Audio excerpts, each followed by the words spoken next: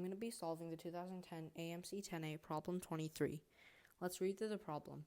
Each of 2010 boxes in a line contains a single red marble, and for 1 less than or equal to k less than or equal to 2010, the box in the kth position also contains k white marbles. Isabella begins at the first box and successively draws a single marble at random from each box in order. She stops when she first draws a red marble. Let P of n be the probability that Isabella stops after drawing exactly n marbles. What is the smallest value of n for which P of n is less than 1 over 2010? So before jumping into the actual solution, let's just see if we can find a pattern with some smaller cases. So let's just take one box. So if we have 1, then we can calculate P of 1.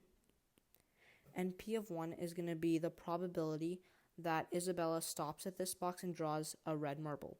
And obviously in this box there's the single red marble plus k, which in this case is 1, so 1 white marble. So the probability of P of 1 is just the probability that Isabella stops at this box, so it's going to be 1 over 2. Because there's 1 red marble out of 2 total marbles. So for 2, it's going to be P of 2. So in this case, we're going to have 1 red marble, and we're going to have 2 white marbles. So we want to find the probability that a white marble is drawn the first time, or all times before this, and this time a red marble is drawn. So the probability is 1/2 that we drew a white marble the first time, or in the first box, and the probability that we draw a red marble here is going to be 1 over 3, because there's 1 red marble out of 3 total, so this is equal to 1 over 6. Next, for the third box, we're going to have P of 3. Once again, the probability that all previous draws were white is going to be 1 over 2 times 2 over 3 times the probability that this one is red. So here we have 1 red marble, and we're going to have 3 white marbles, so it's going to be 1 out of 4. This is equal to 1 over 12. Let's just try one more small example. So this is going to be P of 4, which means we're going to have to calculate all the previous ones, the probability we drew a white marble. And then on this box, we have 5 marbles, 1 of which is red, so it's 1 over 5. This, when we simplify it, gives us 1 over 20.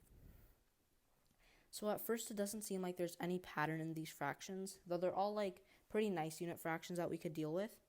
So instead, I'm going to try to generalize what we had for each of these. So for P of 1, which was just 1/2, it was just the first box, and it was the probability that all previous boxes, which I know there weren't any, but we can just think of it like that. There were 0 previous boxes. The probability that we drew a white one in each of them. So we hadn't drawn a red marble up till this point, so this was just 1/2. Now for P of 2, we had 1 over 2 times 1 over 3. 1 over 2 was the probability that we drew a white in the first one. 1 over 3 is the probability we drew a red. So let's write down the color over each of these probabilities. White, red, white, white, red, and then white, white, white, red. So that just means the probability that we drew that colored marble. So what we see is in that box, in box K, for each of these, we have k minus 1 factorial. Like for box 1, we have 0 factorial in the numerator right here. For P of 2, we have 1 factorial right here. For P of 3, we have 3 minus 1, which is 2 factorial with the 1 and 2. And then for P of 4, we have 4 minus 1, which is 3 factorial right here. And then always at the end, we just multiply it by 1. But multiplying by 1 doesn't change the value of it. And we see that in each of these denominators, we have k plus 1 factorial as the denominator. For example, in box 1, we had 1 plus 1, which is 2, so 2 factorial as the denominator. Then in box 2, we had 2 plus 1, which is 3, so 3 factorial as the denominator, 3 times 2, or 2 times 3.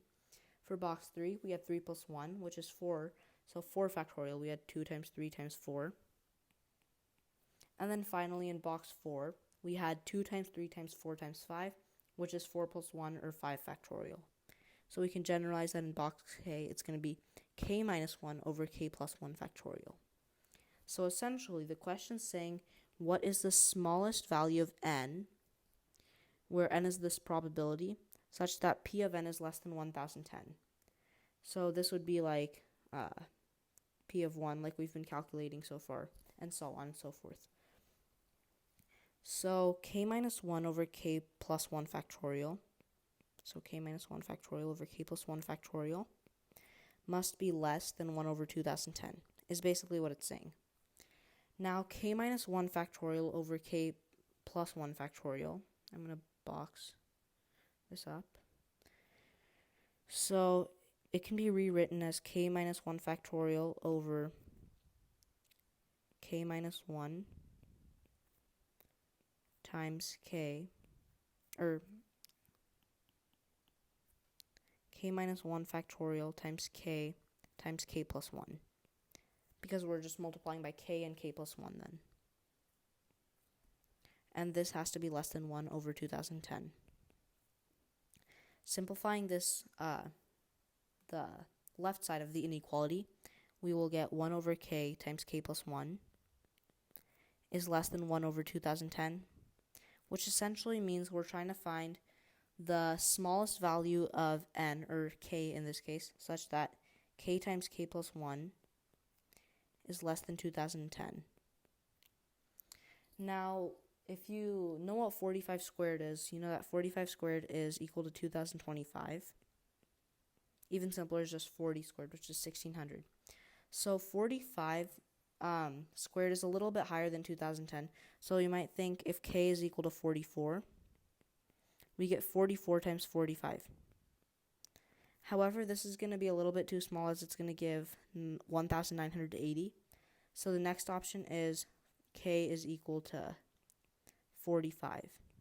In fact, instead of K, I should be using N, but because K is already used in the question, but you can think of these values of K that I'm using as N here, and here, and here. So K is equal to 45, or N is equal to 45, will give us 45 times 46 in the denominator, which is equal to 2070. In fact, we know for sure it's going to be greater than 2010. And so then the answer is going to be 45, which is A.